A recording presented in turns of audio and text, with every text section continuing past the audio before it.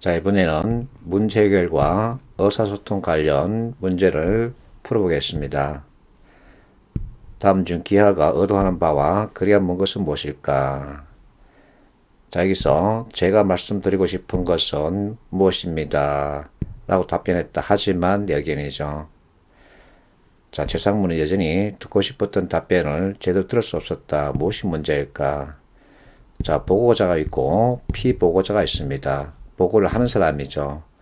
보고를 받는 사람입니다. 그러면 보고자는 피보고자가 원하는 내용을 들려줘야 하는데 여기서는 보고자가 하고 싶어하는 말을 자꾸만 말하고 있다.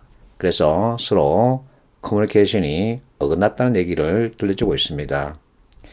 자, 이 내용을 전체 파악했습니다. 그러면 답은 1번 보세요. 보고할 내용은 보고자 입장이 아니라 상대방 입장에서 상대방이 수긍할 수 있는 것이 한다. 맞죠? 상대방이 기대감을 갖도록 하는 게 중요하다. 그래서 우리가 포스트앱을 공부했죠. why, what, how, if입니다.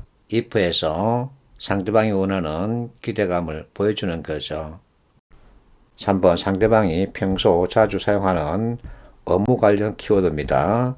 평상시 서로 주고받는 일상적인 대화가 아니라 업무 관련 키워드 중심으로 표현하면 좋은 효과를 낼 수 있다. 자, 이 문장에 대해서 사람들이 자꾸만 아부 쪽으로 끌고 가던데 업무 관련 내용이니까 아부와 연결하면 안 됩니다. 맞습니다. 4번 자신의 의견을 강력하게 피력할 키포인트 내세우면 좋은 효과를 낼 수 있다. 반대로 말하고 있죠. 그래서 답은 4번이죠. 38번 자 부하 직원 구체적 행동에 대해서 뒷담화를 하고 있습니다. 차 과장은 이런 사람, 박 과장은 이런 사람, 나 과장은 이런 사람이다.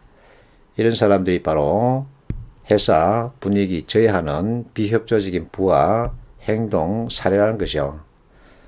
자, 이와 같은 유형에 대해서 설명하고 있는데 생각으로 적절하지 않은 것은 1번 보세요. 가장 좋은 답을 생각하기보다 최적의 답을 실행하도록 지원한다. 그러면 차과장과 연결할 수 있죠. 2번 보세요. 시장, 고객, 타사 등 밖으로 눈을 돌리도록 촉진하는 것이 바람직하다. 그러면 박 과장과 연결하면 되겠죠. 박 과장은 회사 내부 사정에 아주 박답니다. 3번 신뢰관계를 구축하여 경계를 허무는 일부터 시작한다. 그러면 나 과장과 연결하면 되죠. 이 사람은 책임감이 강한 것은 좋지만 맞다 그렇다 하지만 다른 부서 의견에 대해서 이렇게 하면 전혀 받아들이지 않는다. 그리고 자신이 담당하는 것 외의 이야기는 전혀 관심이 없다. 4번 보세요.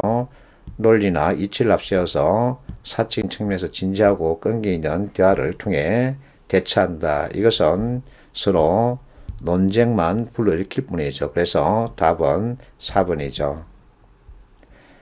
자, 39번 의사소통 방법에 대해서 여러분들이 암기하기를 바라면서 문제를 만들었는데 실제는 내가 만든 것이 아니라 NCS와 쿠북에 있는 것들이죠. 1번 보세요. 자, 촉진한다 그러면 퍼실리테이션 외워야 합니다. 자, 크게 세 가지 나눈다 그러면 소프트, 하드, 퍼실리테이션 이렇게 나눌 수 있죠. 자, 논쟁, 협상, 의견 조정 이것은 하드죠. 이해, 공감 그러면 퍼실리테이션입니다. 자, 시사, 암시 그러면 소프트 이렇게 암기할 것은 암기를 해줘야 합니다. 그러면 앞에서 암기했던 것을 바탕으로 이제 산임금 공개 문제를 풀어보는 거죠. 기억에서는 자 시사 암시라 그러죠. 그러면 소프트죠. 자, 니은 서로 생각, 직설적으로 주장하고 논쟁, 협상을 통해서 조정해 나가는 방법이다. 그러면 하드죠. 자, 디귿 이해 공감한다. 그러면 퍼실리테이션이죠. 그래서 소프트, 하드, 퍼실리테이션 이렇게 답을 정하면 되죠. 두 번째 문제 자 이와 같은 핵심적인 내용을 정리했다. 바라지 않은 것은 자 1, 2, 3번은 누구나 압니다. 답은 4번인데 왜 4번일까? 이 세 가지 중 가장 뛰어난 것은 무엇이다. 이렇게 단정을 할 수 있느냐? 그렇지 않습니다. 그래서 상황에 따라서 유연성 있게 적용하는 것인데 무조건 이것이 하고 단정해서는 안 되는 거죠. 41번 역시 산인공 문제입니다. 강 팀장. 자, 강 팀장이 전체 회의를 주재하고 있죠. 자, 강 팀장이 이렇게 문제 이슈를 제기하고 있습니다. 여기에 대해서 유 과장이 답했죠. 강 팀장, 자, 그런 상황이 발생했습니까? 하고 묻고 있죠. 유 과장 답변했습니다. 강 팀장, 협력할 수 있는 방안 없을까 하고 물었더니 이 대리가 이렇게 답하고 있죠. 강 팀장, 상당히 좋은 제안이다. 시작하자 준비하는 시간 얼마나 걸릴까 하고 물었더니 이 대리 이렇게 답하고 있습니다.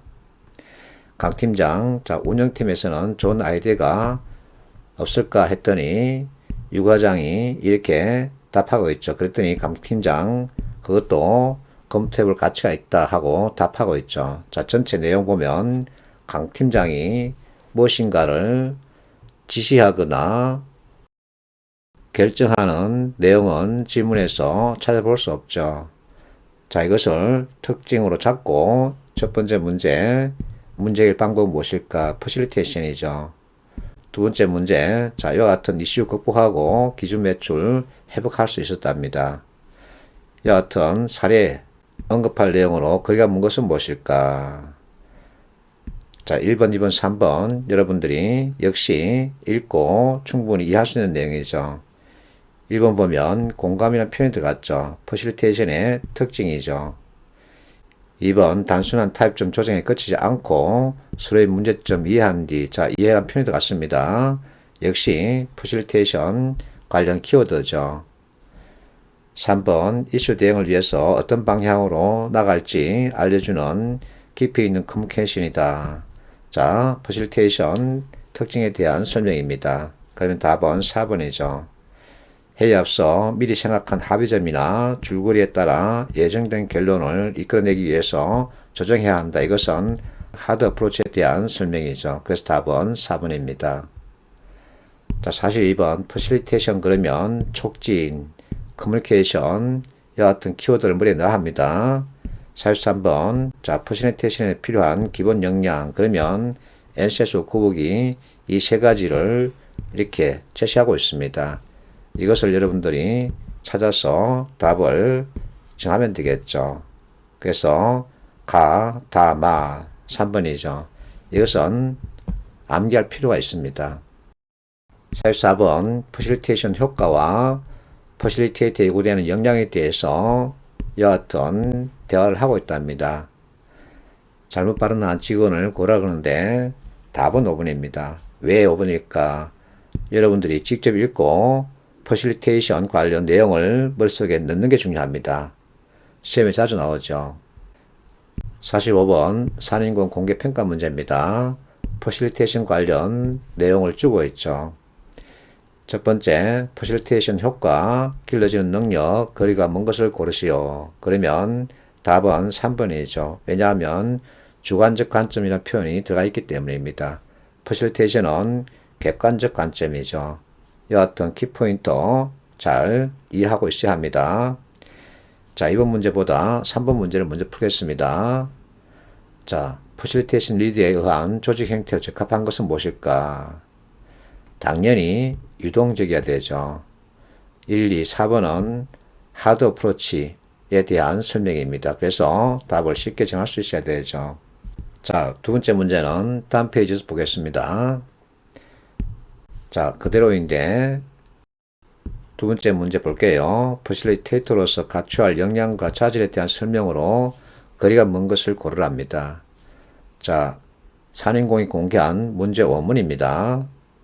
답은 1번이랍니다. 왜 1번이 할까? 분명하게 NCS 9억은 이와 같은 세 가지를 기본 역량으로 제시하고 있는데 1번 문장, 여기 마지막 문장 동일합니다. 그럼에도 왜 이게 틀렸을까? 그래서 정답을 찾아봤죠. 정답을 봤더니 지도력과 설득력으로 모두 의견에 대한 합의점을 찾는 능력은 하드 어프로치에 대한 문제 해결 방법이다. 그럼 결국은 여기 앞에 지도력, 설득력, 이 같은 표현이 들어가야 합니다. 근데 해석과 다르게 선택지, 진술이 구성되어 있죠. 참 난망합니다. 46번 산업은행 기출문제인데 앞에서 풀었던 문제 지문과 유사하죠. 그래서 그들 배워가지고 전체 특징을 잡아야 합니다. 갱년관리부장이 이슈를 제기하고서는 얘기를 듣고 또 그에 대해서 묻고 있죠. 역시 묻고 있습니다. 그러면 특징이 뭘까요?